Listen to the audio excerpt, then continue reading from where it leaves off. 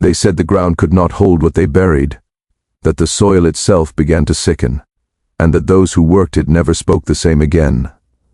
Welcome back. Before we continue, like, subscribe, share. In the summer of 1834, the valley of Ashcombe parish, a thin ribbon of farmland bordered by stagnant creeks, was struck by what local physicians called a wasting sickness. The parish lay 30 miles south of Petersburg, near the old wagon roads that once ferried tobacco and iron down toward the coast. Today, little remains, just a handful of ruined chimneys and the hollow shells of houses that the county refuses to reclaim. But in the records left behind, letters, medical diaries, and 2 partially preserved parish ledgers, there survives a chronicle so intimate, so procedural, that reading it feels less like history and more like infection. The name that appears most often is Dr. Elias Morwen, physician to the Ashcroft estates. He arrived in Virginia from Edinburgh in 1829, a young anatomist with pale eyes and a fascination with hereditary disease. In his notebooks, later recovered from the damp cellar of his home, he refers repeatedly to the degeneration of stock, by which he meant not cattle but people. The Morwens themselves were outsiders, and his habit of dissecting small animals for study made him a source of gossip among the planter families. Yet when the first cases appeared, strange lesions, tremors, and a wasting of the limbs, Elias was the only man in the parish with a formal medical education. He wrote, on May 18, 1834, "The body, it seems, consumes itself. There is no fever, only fatigue, the skin becoming gray at the joints, and the marrow producing a sour odor unlike any I have encountered. The mind dulls, the pupils widen, and speech becomes a drawl, as though thought must travel a great distance to find the tongue." What began as an illness among the enslaved laborers of the Holloway estate soon spread to the White family themselves. Contemporary newspapers mention nervous decline and rural melancholia, but in private letters, planters confess to something more grotesque: animals dying in their pens with no wounds, the milk curdling within hours, bread blackening overnight. One woman wrote to her sister that she could hear the earth breathing beneath the floorboards. For years, local historians assumed this was metaphor. Only recently, after the discovery of Dr. Morwen's bound journals in 1986, did the pattern come into focus. The sickness, the fear, the secrecy, they were symptoms of something deeper, something cultivated. Elias Morwen's writings are clinical to the point of cruelty. He dissected not only animals but apparently human remains, perhaps those of the dead from the Holloway property. His notes describe the preservation of subjects in brine, the measurement of cranial angles, and a persistent theory that the disease originated not in contagion but in bloodline. He writes, "The Holloway line exhibits a peculiar translucence of skin in the younger issue. I am convinced the malady follows inheritance rather than infection. They intermarry too freely. Their kinship tree curls upon itself like a fern in drought." This fixation, heredity as corruption, recurs throughout his work, and though he cloaked it in scientific language, there's something feverish beneath the penmanship, an urgency that reads less like research and more like confession. By June, 17 people in the parish had died. Some were enslaved, some white, some children not yet old enough to labor. The county coroner, a man named Benedict Crane, wrote to Richmond requesting assistance of the state medical board. He received no reply. Instead, he was told to quarantine the affected households and to bury the dead on their own lands. No exhumations, no autopsies, the order said. But Elias ignored it. In July 1834, he began recording what he called night sessions, dissections conducted in a barn behind his hoe. Me, with his assistant Jonas Hale, a young freedman literate enough to take dictation. From Hale's handwriting, which survives on the later pages, we know that Morwen believed the sickness was linked to a substance in the water table, what he described as a clear secretion seeping from clay when exposed to heat. He thought it mineral at first, then biological. The samples he preserved reportedly emitted a faint phosphorescence when touched by lamplight. Hale wrote, "He says it is not alive, but it eats the light." By August, the journals turn fragmented. Dates repeat, sentences break off mid-thought. There is mention of a field of waste, a section of Holloway land where the soil had turned slick and black, absorbing rain rather than yielding it. In the parish records, that acreage is simply marked unusable, yet Morwen visited it nightly, collecting samples, writing by lantern as insects gathered around him. His final coherent note before the autumn reads, "The ground hums, it remembers." A single witness account survives from this period, a farmhand named Reuben Tabb, who in 1836 testified before the county magistrate after being accused of grave robbery. He claimed he had seen Dr. Morwen digging up what he'd already buried on several occasions, talking to the dirt like it might talk back. Tabb's statement was dismissed as madness, but one passage stands out. He told me the blood was still moving, that it had not settled right. Said he had to fix the hum before it spread. What the hum referred to is uncertain. Later scholars have speculated it was a term for infection or for guilt. Either way, by the end of 1834, the Morwen household was empty. Neighbors found the barn doors chained from the inside, the doctor's horses dead in their stalls, their eyes clouded with gray film. No trace of Elias, Jonas, or any bodies were found. Only the notebooks, stacked in oilcloth, perfectly dry. The top page bore one word: waste. When modern researchers examined the Holloway acreage in the 1970s, they discovered unusual soil chemistry, elevated arsenic, calcium phosphate, and what one geologist described as organic residues inconsistent with plant decay. Some suggested the contamination resulted from medical waste, perhaps Morwen's experiments, but the concentrations were too high, the distribution too deliberate. The soil itself seemed arranged, patterned, as if something had been poured and guided to settle in shapes beneath the ground. Locals still call that stretch the Hollow Lot. On overcast days when fog settles low, they say the air there hums faintly, like bees caught under glass. No vegetation grows except a pale moss that glows at twilight. County workers have fenced it off, citing sinkhole risk. But teenagers cut through anyway. A few report nausea, ringing ears, and in some cases nosebleeds that won't clot. There are rumors, never verified, that bones still rise to the surface after heavy rain, too small and fine to belong to livestock. It would be easy to dismiss all of this as folklore, another southern ghost story grafted onto a half-forgotten epidemic. But the documentation remains: the physicians' journals, the parish death rolls, the soil surveys. Taken together, they tell a consistent story of contamination, of bodies, of lineage, of conscience. And always, beneath the clinical detail, there runs a deeper implication that the sickness was not simply suffered, but made. Modern geneticists reviewing Morwen's descriptions note an uncanny resemblance to certain metabolic disorders, particularly those involving bone marrow failure and tissue calcification. Yet no disease behaves as he described. The phosphorescence, the hum, the odor of fermented salt. Some have suggested arsenic poisoning, others a fungal bloom. But the journals end before any conclusion is reached. Only one final entry, written in another hand. Hale's, presumably. He asked me to cover him with the soil, said the waste must return W. Here it began. That's the last line before the book goes blank. If you walk the Ashcroft Road today, you can still find fragments of foundation stone, rusted hinges, a shallow depression where the Morwen house once stood. In the archives at Richmond, the death certificates for that summer are filed under unknown fever. Yet on several of them, faintly visible in the margins, is a word written in the same narrow hand that appears in the doctor's notes. The same word that titled, "The Final Ledger," waste, and if you listen long enough in that hollow, you may hear what he meant. Not decay, not ruin. Something still breathing beneath the surface, waiting for its lineage to return. The weeks following Dr. Morwen's disappearance were a kind of suspended season. The fields went untended, the houses shuttered. Parish records list no baptisms or marriages from September 1834 through the winter. It was as if the whole county had decided to hold its breath.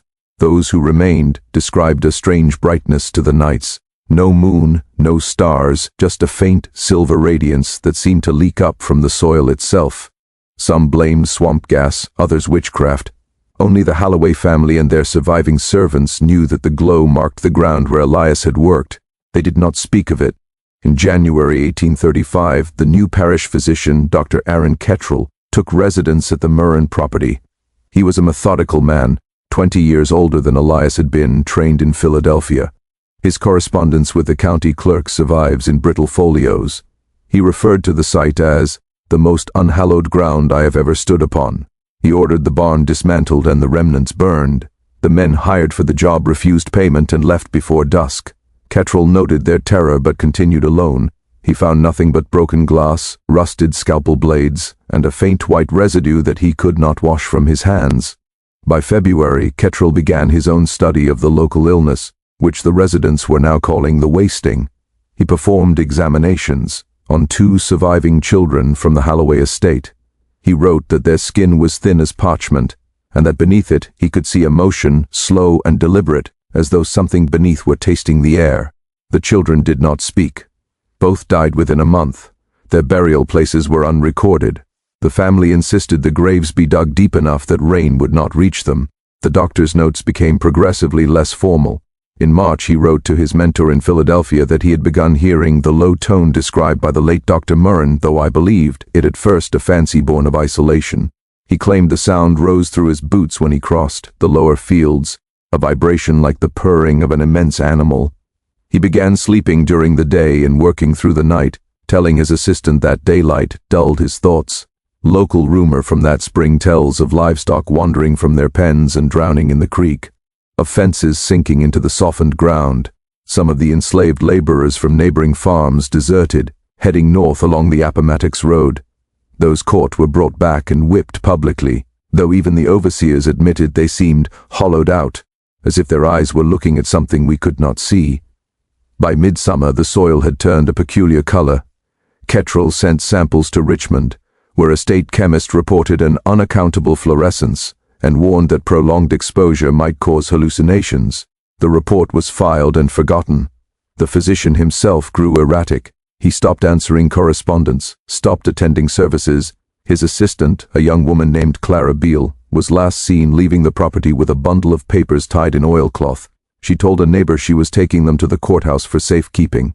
They never arrived. When the autumn rain came, the Holloway well collapsed, said inward, revealing a cavity lined with black stones. In the weeks that followed, a stench of spoiled meat settled over the parish. Dogs refused to approach. People said the air itself had gone bad. By November, Dr. Kettrell was missing. His house was found undisturbed, the hearth still warm, his coat hanging by the door. Only one entry was left open on his desk, written in a cramped, hurried hand. The waste is not disease, it is memory made visible. For decades afterward, families in Ashcroft spoke of the remembering ground. Children were warned not to play near the old Holloway tract. Travelers reported hearing humming under the wagon wheels. The county map was redrawn. The parish boundary shifted westward, leaving the contaminated land officially unclaimed. Yet those who lived nearby swore that some nights the boundary itself seemed to move, that fences leaned inward toward the hollow as if drawn by unseen weight. In the late 1840s, a surveyor named Thomas Bell was hired to chart a new road through the abandoned farmland. His field notebook, now in the state archives, contains sketches of pits and fissures where the ground appears to breathe. He writes of finding bones turned to chalk, of insects dead but uncorrupted, their bodies intact like porcelain. The last pages are smudged beyond reading, but one phrase is still legible: the earth does not forget. If you visit the county office today, the old registers list the Ashcroft tract as agricultural reserve, no longer fit for habitation. The official reason is soil instability, but the locals who live closest know better. They tell newcomers that the waste was not confined to the ground, that something of it remained in the blood of those who stayed, that it changed the way they dreamed. They speak of waking to find gray dust beneath their fingernails, though they never touched the soil. Some evenings, when fog rises from the low fields, an old sound returns, a vibration more felt than heard, steady and patient. It passes through the walls, through the water, through bone. The descendants of the original families shut their windows and pray until morning. No one has ever explained what causes it. No one goes to see. By the spring of 1851, the parish had been nearly forgotten by the outside world. Maps labeled it only as unfit marshland, and travelers passed it without stopping. Yet within the surviving families, Holloway, Tabb, Crane, there lingered a quiet, inward sickness. They did not speak of it to outsiders, but their letters reveal an unease that threaded through every household. failing crops, stillbirths, sleepless nights punctuated by the low tremor of something vast beneath the fields. The old servants whispered that the ground was breathing slow again. One letter, dated May 7, 1851, from Agatha Crane to her sister in Lynchburg, describes a soft blue vapor seen drifting from the broken well at night. She wrote that the smell was sweet as burned sugar, yet rotten beneath. Her husband forbade her from speaking of it, claiming it was swamp gas, but she confessed to waking each morning with soil under her nails and bruises along her ribs, as if pressed upon by unseen fingers. That letter was found years later sealed in a Bible, never posted. In August 1851, the county sent a small team to resurvey the area. They were led by a civil engineer, Rufus Gant, who recorded the expedition in a bound notebook. The men camped 2 nights near the collapsed Holloway well. Gant's entries are careful at first, measurements of soil density, sketches of sinkholes, but on the 3rd day his language begins to waver. He writes of the air turning metallic, of hearing a deep resonance through the soles of my boots, rhythmic like a pulse. His assistant, a boy of 17, complained of tooth pain and bleeding gums. They left before completing their survey. The next morning, Gant was found wandering along the road to Petersburg, unable to speak except for one word, repeated again and again, remembering. He was committed to the asylum in Williamsburg, where he died the following winter. The parish remained untouched for another generation. The Civil War passed over it without engagement. Soldiers avoided the area, claiming their horses refused to enter. After the war, the new Reconstruction government briefly considered resettling freedmen on the unused farmland. The proposal was quietly abandoned after a state inspector reported mineral fumes rising from the wells and livestock carcasses unearthed without rot. The report concludes with a line that seems almost apologetic: the ground holds too much history. In 1882, a young naturalist from Charlottesville, Professor Leander Voss, rediscovered Morwen's journals while cataloging private collections for the university. Intrigued by the physician's account of phosphorescent soil, Voss led a small research party to Ashcroft. Their arrival stirred local fear. Older residents warned them not to stay after sunset. They ignored the warnings. Voss's letters home described the parish as eerily quiet, the vegetation pale and sparse. He noted a faint blue radiance lingering in the clay by night, and an absence of insects, as if the air itself were hostile to small life. On the 3rd night they dug into the lower fields where the waste had been first reported. What they uncovered defied any rational record. According to his surviving notes, Voss found a layer of what he called hardened tissue, flesh turned to stone, contiguous with root matter. When struck with a spade, it released a sound like the snap of bone. He sent samples back to the university laboratory, though the crate never arrived. The rail manifest lists it as lost in transit. The expedition ended abruptly. Voss's assistant returned alone to Charlottesville, refusing to speak of what happened. He burned his clothes and resigned his post.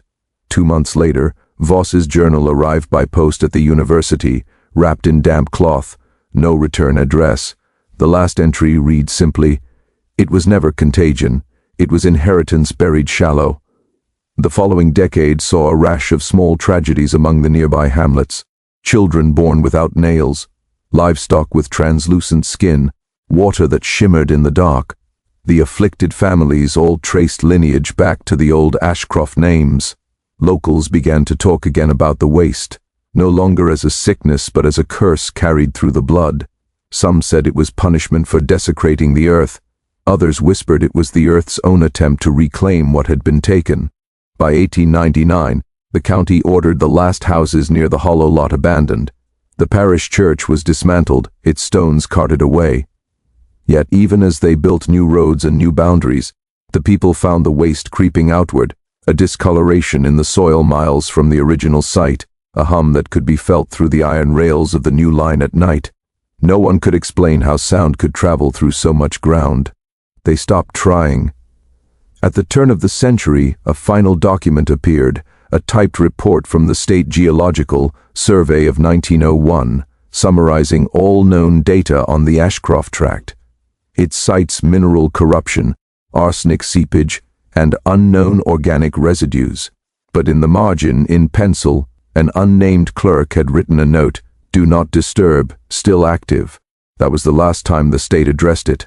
No maps since have named the parish, yet among archivists and field historians, the Morwen records circulate quietly. A few claim to have handled the notebooks themselves. They say the pages retain a faint warmth, as though the ink never cooled. Others mention a low vibration, a hum that travels through the table when the book is open, subsiding only when it's closed. Those who've heard it never forget the tone.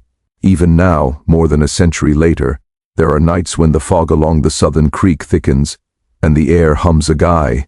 The locals say it happens when the moon wanes to nothing, when the land draws breath, the fences tremble, the cattle press themselves against the barns. In the silence that follows, it feels as if something beneath the parish is remembering the shape of those who disturbed it. By the winter of 1904, the Ashcroft tract had become legend, a place children were warned away from and men swore never to enter after sundown. But legends, like wounds, attract curiosity. That year, a photographer named Edwin arrived from Richmond, carrying a bulky field camera and the arrogance of a man convinced superstition could be captured on film. He'd been hired by the Virginia Historical Review to document forgotten parishes of the Commonwealth. Ashcroft was supposed to be a single day's stop. Lark set up camp near the overgrown cemetery, the last remnant of the parish that had once held 300 souls. The graves were unmarked, their stones long since swallowed by creeping ivy. His diary, recovered from his trunk decades later, describes an odor of copper that hung in the air and a low, constant hum that made his teeth ache. He blamed it on old telegraph wires humming through the frost. That night, he took 6 photographs by lantern light. In the morning, when he developed them in his tent, every plate showed the same thing, a thin column of light rising from the ground beside the old well, twisting like smoke. He checked the plates again and again. No trick of exposure could explain it. In his notes he wrote, "It moved as if it were alive." 3 days later, a farmer found Lark's tent half collapsed. The camera was there, film missing. His boots were still by the bedroll. The ground outside was churned, soft despite the freeze.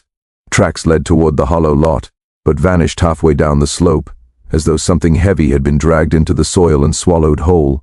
No body was ever recovered. The review published a short notice calling it a tragic disappearance during survey work. The issue was recalled within the week. No photographs were ever printed. For another 30 years the parish lay untouched, yet in small scattered ways it persisted.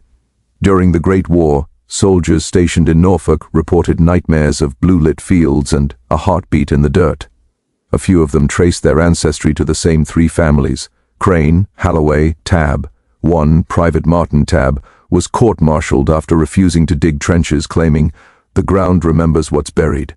He was sent to St. Elizabeth's Hospital in Washington, where he spent the rest of his life muttering the same 4 words, "It's still breathing down there." In 1928, the state announced plans to reroute the Blackwater River and build a hydroelectric dam. The new reservoir would cover the remains of Ashcroft entirely. Construction began that summer, but within weeks, laborers complained of nausea and skin rashes. Equipment corroded overnight. The water at the base of the dam developed a faint luminescence that made the foreman nervous. When the first set of pylons was driven into the mud, several men reported hearing something knocking from below. The site was closed for safety review and never reopened. The dam was quietly abandoned, the project written off as a failed experiment. By the 1940s, the land was declared unfit for habitation. Maps shaded it gray. Federal property restricted access. Hunters still wandered too close now and then. Some came back speaking of the glow, a bluish haze that clung to the ground in patches, and left their boots stained. Others didn't come back at all. Locals stopped asking why. In nearby towns, older residents spoke of the waste only in whispers, crossing themselves even if they hadn't seen a church in years. In 1956, a geology student named Catherine Morwen, a distant descendant of the original physician, submitted her master's thesis on subterranean mineral phenomena in Southside Virginia. Her paper referenced the lost journals, quoting fragments no archive should have had. She wrote of metabolic reactions within soil layers and organic luminescence persisting for over a century. The faculty dismissed it as poetic nonsense. Her advisor recommended she focus on quantifiable data. 2 months later, Catherine vanished from her boarding house. The only item missing was her field satchel. Her thesis was quietly withdrawn from the university record. In the archives, her name remained struck through in red pencil.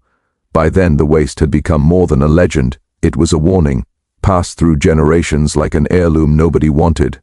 Those who carried the old surnames moved north, changed their names, buried their history. But some lines can't be cut so easily. Throughout the 1960s, hospitals across the region noted an unusual cluster of disorders: insomnia, arrhythmia, spontaneous bruising, auditory hallucinations described as distant drumming. No cause was ever determined, though in several cases, the patients' genealogies traced back to the parish.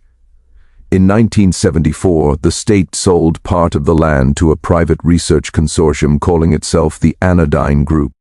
Publicly, their work focused on soil remediation and environmental safety testing. In private correspondence, later leaked, they spoke of self-sustaining biological matrices and non-thermal radiation fields. Workers were required to wear lead aprons and avoid night shifts. The company fenced off the entire tract with barbed wire and installed floodlights that burned all night. Locals said the lights made the fog glow blue for miles. Anodyne's operation lasted less than 3 years. One winter night in 1977, the entire compound went dark. The next morning, state troopers found the facility empty, coffee still hot on desks, vehicles parked, every radio emitting a faint low hum on the same frequency. The company never issued a statement. The site was reabsorbed into federal jurisdiction, sealed under the designation Property 42B. To this day, its records remain classified. Sometimes on windless nights, the people of Southampton County say they can still hear the sound carried through the fields. Slow, patient, and deep, like breath under frozen soil. They call it the long sleep, and when it begins, even the dogs fall silent. If you ever drive that stretch of road on a foggy November evening, roll your windows up when you pass the old stone marker. Don't look toward the water, and whatever you do, don't stop the car. In 1981, a small team of state environmental researchers was quietly dispatched to evaluate Property 42B after locals began reporting livestock deaths near the perimeter fence. The team, 5 in total, was led by Dr. Henry Calvert, a mild-mannered biochemist whose career up to that point had been confined to laboratory work. His assignment was supposed to be routine: collect soil and water samples, assess contamination, and file a preliminary report. The official paperwork referred to the area as a closed agricultural zone pending reclamation. Calvert's notes, preserved among his private papers, tell a different story. The soil near the center of the tract was warm to the touch even in frost. The water from the old well gave off a dim, colorless light when shaken. Every reading on their equipment drifted steadily upward: temperature, radiation, pH, all unstable, all moving towards some impossible equilibrium. Calvert wrote, "The material behaves as if alive. Exposure appears to trigger rhythmic fluctuations, 19-minute cycles, slight vibration in the ground each time. The team feels it underfoot." 2 days in, one of the junior assistants, Louis Danner, began complaining of headaches and muffled hearing. By nightfall, he was delirious, speaking in short, looping phrases that didn't make sense. He claimed he could hear breathing through the soil. Calvert sedated him and ordered evacuation at first light, but by morning Danner was gone. His sleeping bag lay empty beside the field truck. There were no footprints leading away, only a shallow impression in the dirt, as if something beneath had pulled him down. When the team returned to Richmond, Calvert filed a brief summary and never mentioned the missing man. The official report classified Danner's disappearance as accidental separation. Within weeks, every member of the expedition was reassigned. Calvert resigned soon after, citing nervous exhaustion. He moved north and lived quietly until his death in 1997, when his daughter discovered the sealed envelope containing his field diary. That same year, a new phenomenon began to trouble nearby towns. Power lines flickered without cause. Wells turned brackish overnight. Children in Franklin and Cortland were found sleepwalking, hands caked with mud, whispering in unison, "It wants out." The incidents were dismissed as hysteria, yet something spread, a quiet unease that made people avoid the back roads after dusk. Unbeknownst to the public, the Department of Energy had already reclaimed the property under a new name, Station Delta Viv. Officially, it was listed as a geothermal monitoring site. In reality, it was a containment effort. Photographs from that period, since leaked, show heavy concrete pylons driven deep into the ground, each fitted with copper conduits and what appear to be intravenous lines, as if the government was trying to feed or medicate the earth itself. Reports mention a core sample, extracted from 30 meters below, stored in a refrigerated vault. The sample, according to an internal memo, pulsated faintly until sealed. Then, in the spring of 1984, the station suffered a total systems failure. The automated recorders logged a sudden rise in temperature, then silence. By the time maintenance crews arrived, the facility was empty again. No personnel, no bodies, only a thick residue clinging to the walls and a faint, rhythmic knock echoing through the drain pipes. Within months, Station Delta 5 was erased from government registries. Satellite imagery of the region was blurred out for more than a decade. The few remaining witnesses, mostly contractors and low-level technicians, later described symptoms that mirror those in the Morwen journals: sleeplessness, auditory hallucinations, and an obsessive urge to dig. One technician confessed under sedation that he'd dreamt of faces growing in the soil, whispering a single word he couldn't repeat aloud. He died 2 days later of a ruptured vessel in the brainstem. By 1990, Property 42B had become a dead zone. The surrounding forest grew strangely uniform, trunks bending inward toward the site like ribs closing around a wound. Birds avoided it. Even insects disappeared. The air carried a faint metallic taste that made one's tongue numb. When rain fell, it beaded on the leaves as if oil were mixed with the water. Still, there were those who wouldn't let it rest. A handful of independent researchers, the so-called Ashcroft Group, kept studying from the edges. They collected oral histories, analyzed archival fragments, and tried to piece together what the government had buried. Their working hypothesis was that the phenomenon was neither purely geological nor supernatural but biochemical, a living residue produced by the experiments of the 1830s, slowly evolving underground.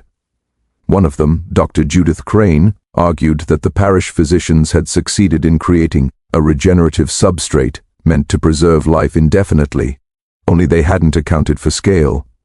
The tissue had kept dividing, century after century, consuming everything organic in reach.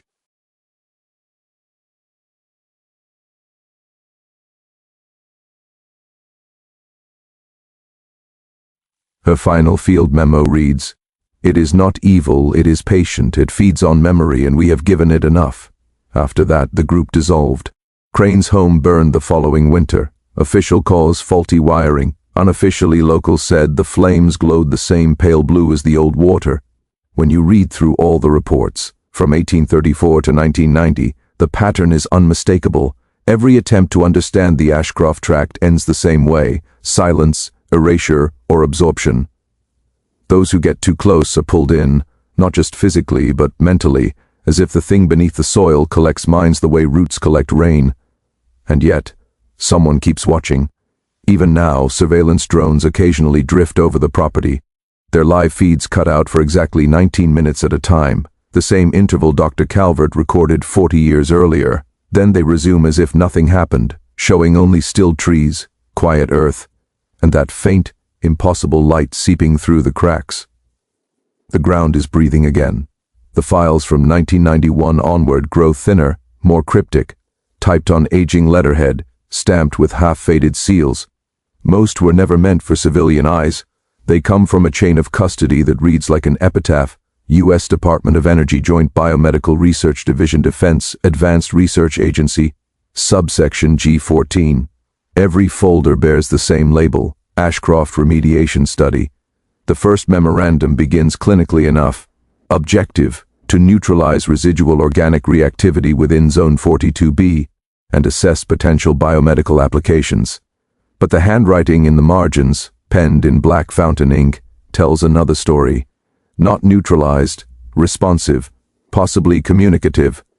The researcher who wrote those notes was Dr. Irene Carson, a neurophysiologist recruited out of Johns Hopkins. Her focus was neurological mapping in non-human organic systems.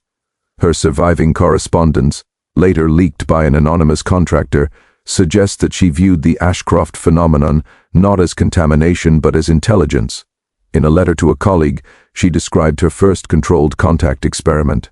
They had inserted a micro-electrode array into a fragment of soil from the site, sealed inside a sterile containment unit. Within minutes, the electrodes began to pulse, not randomly but rhythmically, with intervals matching human alpha waves. "It's mimicking us," she wrote. "The signal adjusts itself to our observation rate. When we slow the feed, it slows too. It's listening." Over the following months, her team catalogued a dozen behavioral anomalies. Samples moved minutely within their containment flasks, reshaping under temperature changes as though seeking warmth. When exposed to human speech, they emitted faint electromagnetic bursts in reply. Tiny staccato flickers on the monitor, almost like syllables. One technician described feeling a tingling in the jaw, as if words were forming that weren't mine. Another woke each night with the same dream, a wide-open field, breathing in unison with the sky. By autumn, Carson's progress reports had shifted tone entirely. The language turned devotional. The organism displays not malice but purpose. It offers coherence, a kind of collective cognition formed through centuries of burial. What if it is memory itself that has taken root? Her supervisors ordered the experiments halted, citing psychological instability among personnel. But the final entry in her handwritten log, dated November 19, 1991, records one last unauthorized test. She had introduced her own blood sample into the containment unit to measure cross-reactivity. The result was catastrophic. The entire sample mass liquefied, then re-solidified into a translucent web that mirrored her pulse exactly. The sensors recorded 2 heartbeats, one hers, one beneath the table. She was found hours later, unconscious, her hands pressed to the containment glass as though trying to feel something on the other. She never recovered coherent speech. After that, all documentation ceased. The Ashcroft facility was officially decommissioned in early 1992, but rumors spread among base staff of a sealed chamber left behind, humming faintly beneath layers of concrete. Workers swore they could hear a slow rhythm through the floor, perfectly matching their own breath until it wasn't. For the next decade, the site vanished from maps once more. The remaining structures collapsed into ruin, reclaimed by moss and silt. Yet those who lived near the perimeter noticed strange phenomena. Electronics failed. Compass needles turned inward. Birds flying overhead altered course without cause. In one documented case from 1997, a farmer named Alec Danner, great-grandson of the missing technician, reported that the soil around his fields had begun swelling like lungs. The report was filed, dismissed, and buried under agricultural records, but something had changed. Aerial images from 1998 show faint radial patterns in the ground, concentric ridges spreading outward from the original parish well. Botanists later claimed it was just fungal bloom, though the growth rings matched precisely the intervals of the old 19-minute pulse. By 2002, local health officials noted a rise in degenerative illnesses among residents living within 5 miles of the tract: chronic fatigue, heart murmurs, visual distortions. Some described shadows that didn't follow the light. The county quietly commissioned a public health survey which concluded nothing. But one doctor privately observed that all affected families shared ancestry with the original settlers of Ashcroft Parish. The bloodlines, it seemed, had never truly escaped the soil. In 2006, a new contractor arrived under federal authorization, Helix Solutions, a biomedical firm claiming to study bioelectrical remediation. Their equipment shipments included neural scanners, nutrient vats, and cryogenic cells, not the tools of environmental cleanup, but of organ preservation. A local worker recalled hearing the scientists refer to the patient in the singular, as if the land itself were under treatment. For 2 years, Helix maintained strict silence. Then, in April 2008, a lightning strike hit the primary containment grid. The surge triggered a blackout across 3 counties. Security footage from the site, later obtained through a whistleblower, shows the ground itself beginning to ripple, as though vast unseen muscles were shifting beneath it. The lights flared blue, the same shade described in the Morwen papers a century earlier. When power returned, the facility was gone. Not destroyed, gone. Satellite imagery showed only churned soil and the faint outline of foundations pressed deep into the mud. Rescue teams found no debris, no human remains, only a slick residue that fluoresced faintly in the dark. One final memo, unsigned and undated, was recovered from the abandoned command trailer at the perimeter. It reads, "Containment no longer applicable. Pattern is migratory. Recommend cessation of further excavation. The patient remembers." The memo ends there. No signature, no classification mark, no date. The folder containing it was found sealed inside a lead-lined drawer, as if someone had tried to protect it from whatever still lingers. Since then, the tract has remained officially off-limits. The government denies its existence, though satellites still avoid capturing direct imagery of the area. Those who live nearby claim the fog there never lifts, even in summer, and sometimes, late at night, the wind carries a smell like copper and earth, steady and deep, as though something vast and slow is still exhaling beneath the fields, and it is always on a 19-minute rhythm. The reconstruction of events after 2008 depends on fragments, audio transcriptions, intercepted maintenance logs, a few grainy photographs. They suggest that Helix Solutions had not been dissolved at all, only abso. RB'd into another shell company known as Proxim Research, headquartered in Delaware but with no physical address listed. Proxim's declared focus was genomic waste management. Behind the euphemism, it was the same pursuit that had haunted Ashcroft for nearly 2 centuries, how to control life that refused to die. The earliest Proxim report, dated January 2009, mentions post-containment drift phenomena and biological data transmission through residual mediums. A note at the bottom, written in pencil, adds, "Possible spread through human carriers." This is where the record turns quiet. Somewhere between 2009 and 2011, a medical pilot study was launched under the name Project Rhea. Volunteers were drawn from nearby counties under the pretense of a clinical trial for autoimmune disorders. Each participant was given an intravenous injection of a suspension described as synthetic hemoglobin, and each was asked to return weekly for blood analysis. Within 2 months, all communication with the patient stopped. We know this only because a hospital technician in Norfolk, Claire Hume, kept copies of the lab results.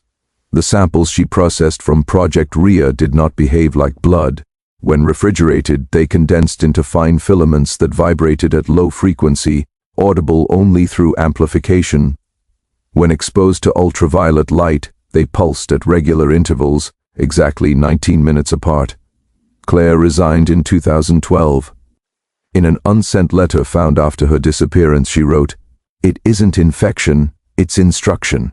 Something in that serum teaches the cells to remember what came before. The body becomes an archive." By 2013, scattered reports emerged across Virginia of individuals collapsing with unexplained cardiac arrhythmia.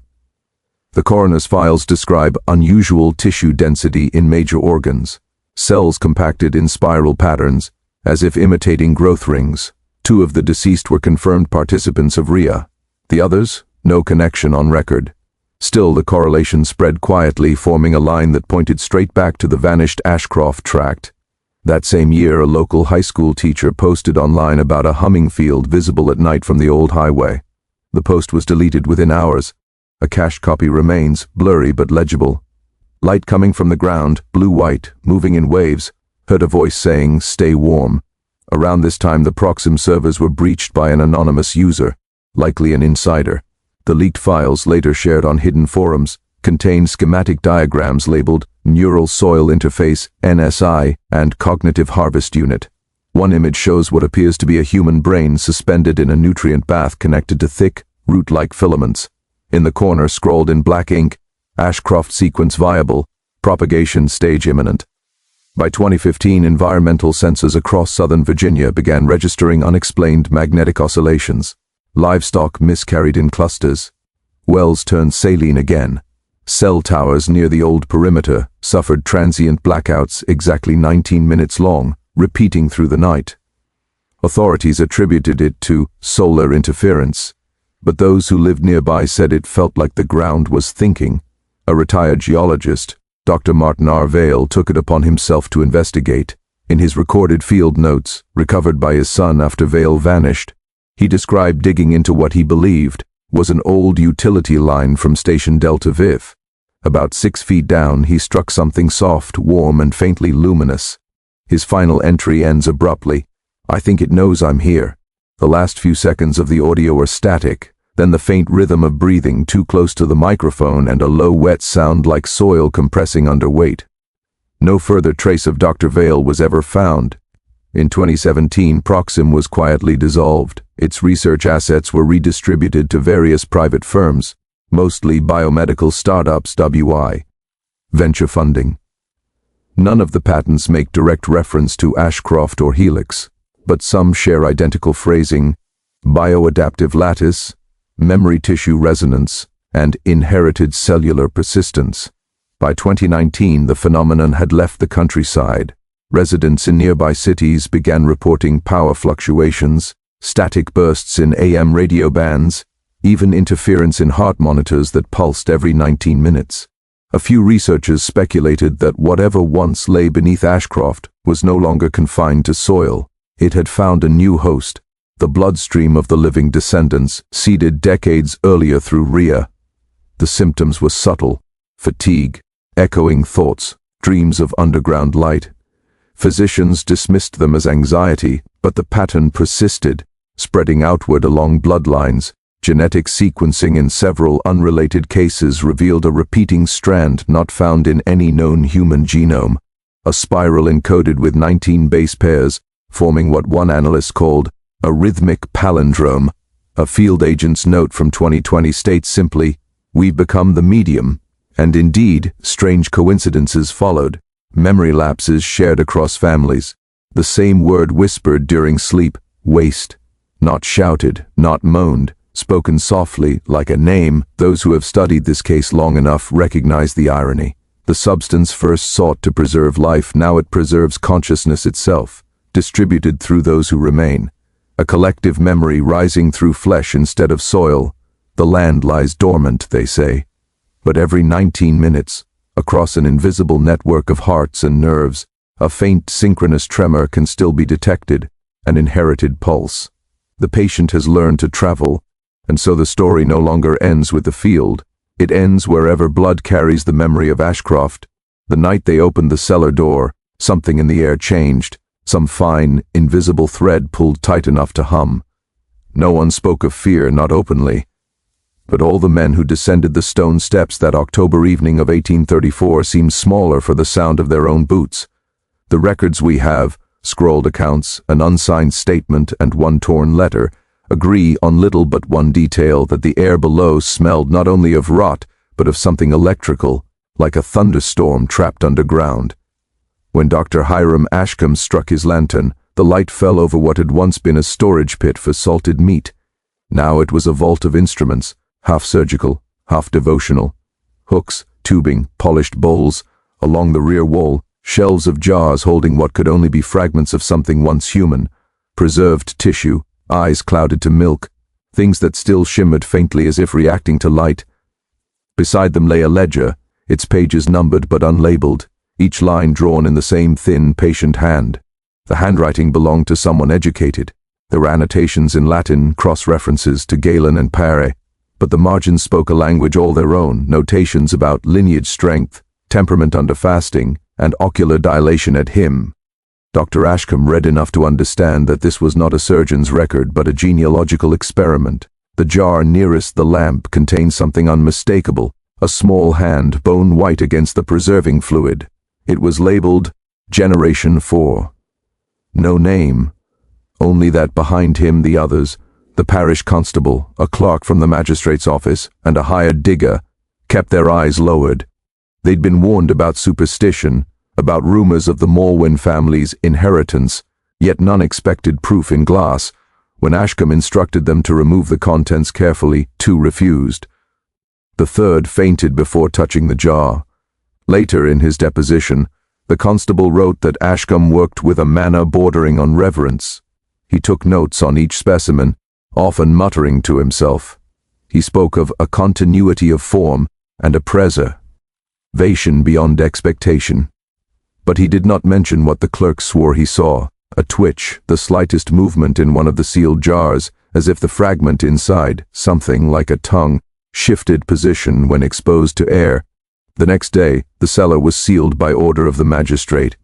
The jars were carried in silence to the parsonage, where Ashcombe claimed he would catalogue them properly. No one saw them again. In the weeks following, the town's calm turned brittle. 2 of the diggers fell ill. Another left for Norfolk, speaking of dreams filled with whispering voices reciting numbers in a low, rhythmic tone. Ashcombe's own demeanor changed too. His letters became erratic, full of lines about restoring balance to the bloodline and the replication of light through bone.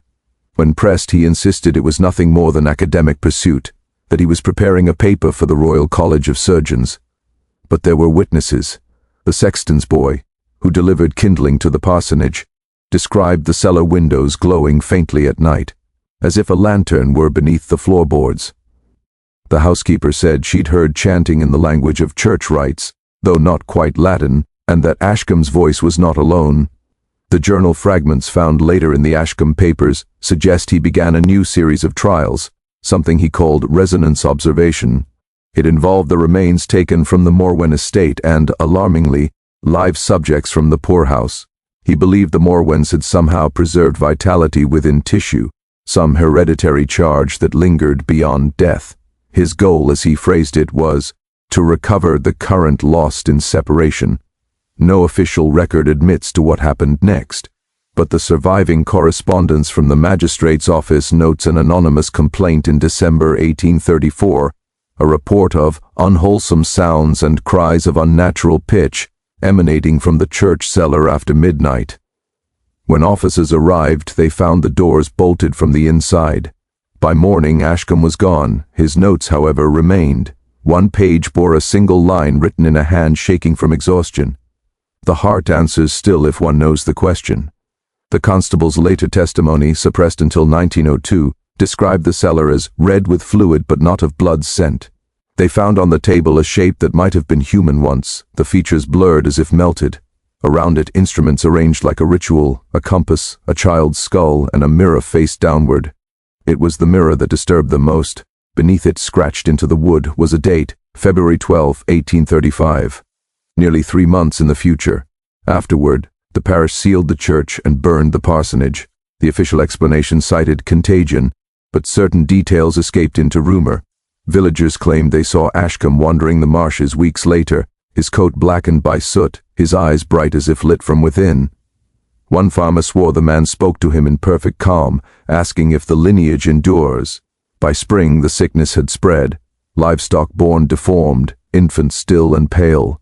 The surviving Morwen kin fled to the coast, leaving behind records so corrupted by moisture and panic that the truth dissolved into superstition.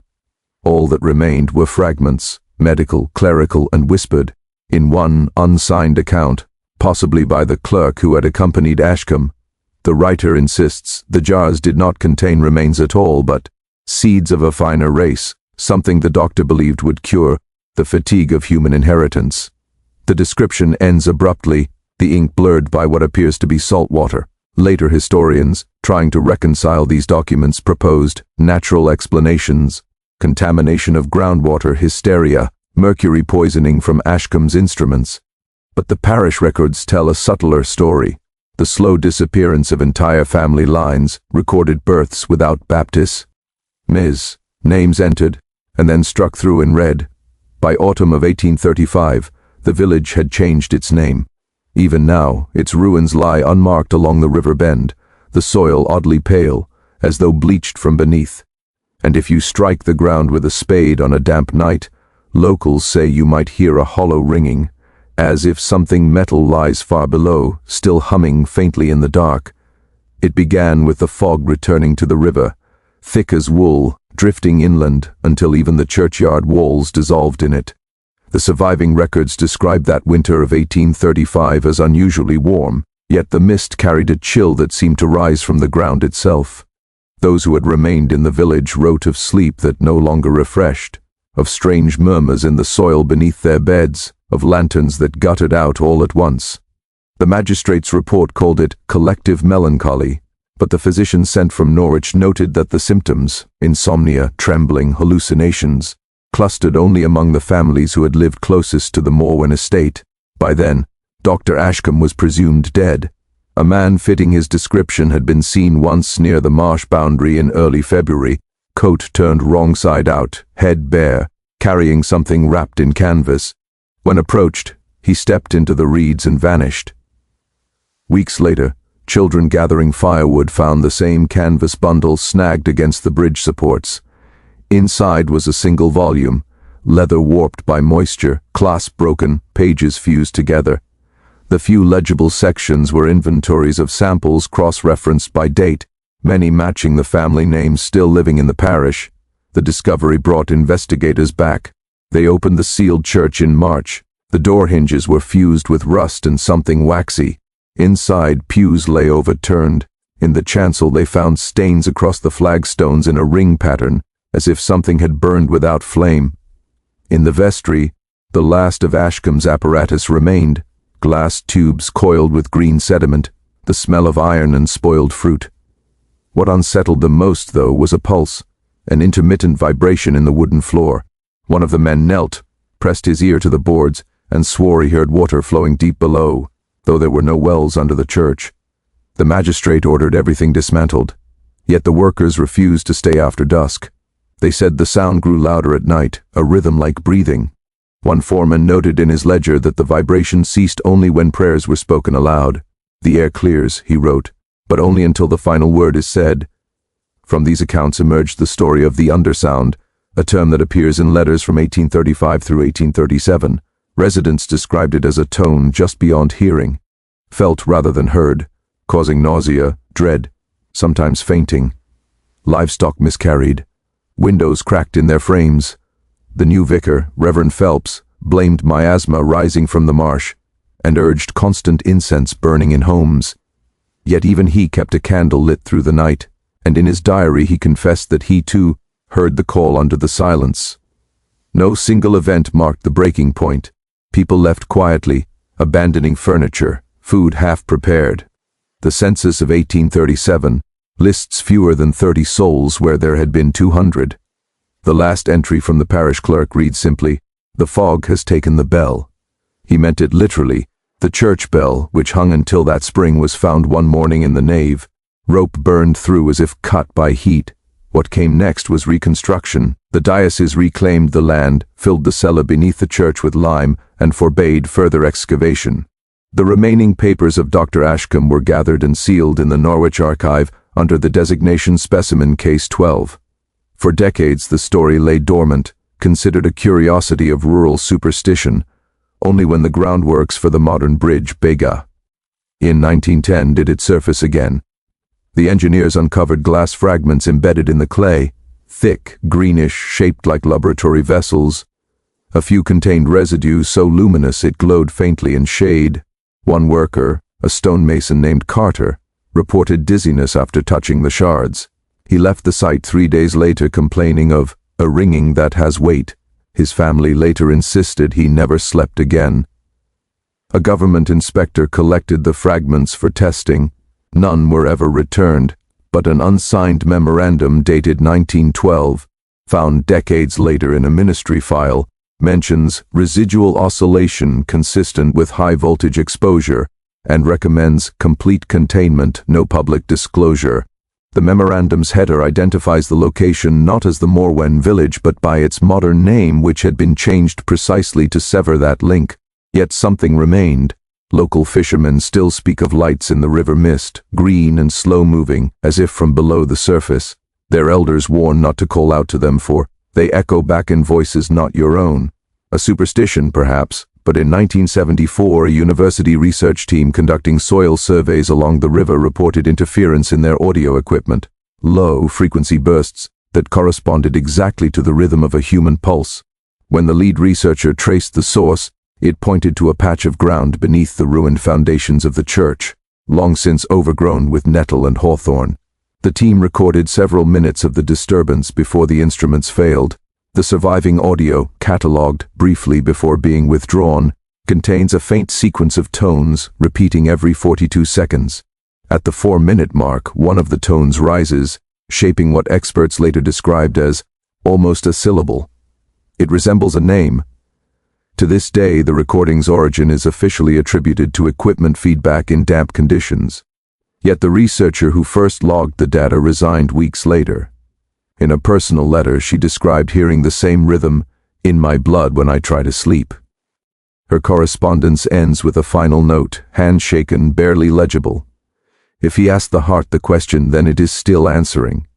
The final records are contradictory. Some claim the site was sealed again in 1981, after a small landslide exposed a length of the old crypt wall. Others insist there was no wall at all, only soil that pulsed under moonlight like something breathing. The archival report, what survives of it, is brief. Area stabilized, no further excavation authorized. Yet a few pages later, on the back of a requisition form, someone had written in blue pencil, "Sound persists." By the time I reached the village myself, almost nothing remained. The bridge was modern concrete, the churchyard a sunken field filled with thistle and rusted fence posts. Locals avoided the topic. The name Morwen had vanished from maps, replaced by a practical designation, B87 floodplain. I stayed 3 nights at a small inn 2 miles north. The landlady asked only once what had brought me there. When I said research, she nodded, poured me tea, and suggested I sleep with a candle near the window. "It keeps the hum away," she said. The first night was silent. The second, I dreamed of water moving through narrow pipes. On the third, I woke to a low vibration in the floorboards. It was neither wind or machinery. I lay still and counted 42 seconds between pulses. The same pattern noted in 1835. The same recorded in 1974. I could almost convince myself it was coincidence, until I realized the rhythm matched my heartbeat.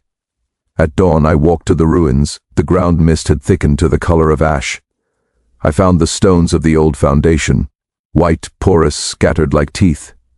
In the center stood a patch of soil darker than the rest, sinking gently, breathing inward. When I stepped closer, the vibration grew strong enough to tremble the air in my throat. "Bene." "Ath," it came, the faintest murmur. Not language exactly, but suggestion. The syllables stretched, flattened, became almost my name. Later I would read that Dr. Ashcombe had written one final sentence in the margin of his notebook before disappearing. "The heart remembers its first sound and will return to it." I began to understand. The experiments had not sought to revive the dead, but to perfect listening, to find the frequency at which memory becomes physical.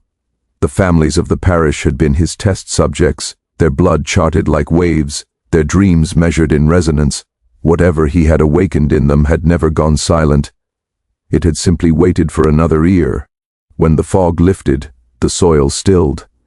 I told myself I imagined it. I left that afternoon, though my hands shook all the way to the train station. The clerk who sold me my ticket looked at me strangely, then asked if I was from the Low Country. I said no. He said, "You've got the tone in your voice." I asked what he meant, but he only smiled and gave me my change in silence. I tried to put the story away. I published the paper under a neutral title, Acoustic Anomalies in Subterranean Masonry, and buried the connections in footnotes. But the recordings I made there still live on my desk. When I play them, the sound is almost gone now, lost to static, until I turn up the volume beyond comfort. Then it returns, faint but steady, threading through the hiss. That same interval, 42 seconds, patient, waiting. Sometimes, when I am too tired to fight sleep, I think I hear it faintly even when the machine is off. In those moments I remember the village's superstition, the candle at the window, the whispered prayer before dawn. I have begun keeping a light burning through the night. It flickers, not with the breeze, but in time to something deep below the house. Perhaps it is nothing. Perhaps it is only my heart.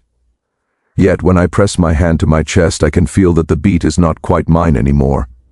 There is a lag, a call and answer, a second rhythm beneath the first, and sometimes between them, a breath that is not breathing at all but listening. If you visit that valley, if the name Morwen ever returns to your map, do not go at dusk, do not speak your name aloud near the water, and if you feel the ground hum under your feet, step back slowly before it recognizes you. Whisper, it remembers the question.